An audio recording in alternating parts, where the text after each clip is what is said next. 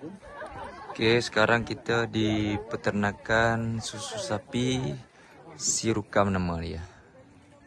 Sirukam ni nama daerah sini. Ni kita nak mau menuju ke peternakannya.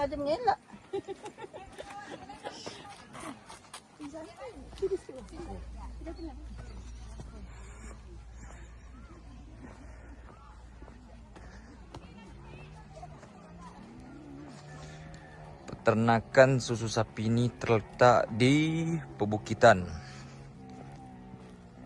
Pebukitan Sirukam namanya. Sini pun cuaca sejuk.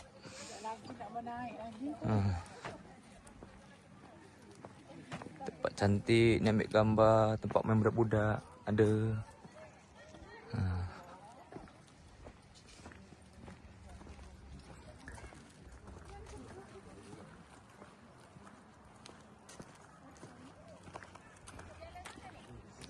Itu tempat peternakan dia kat bawah tu.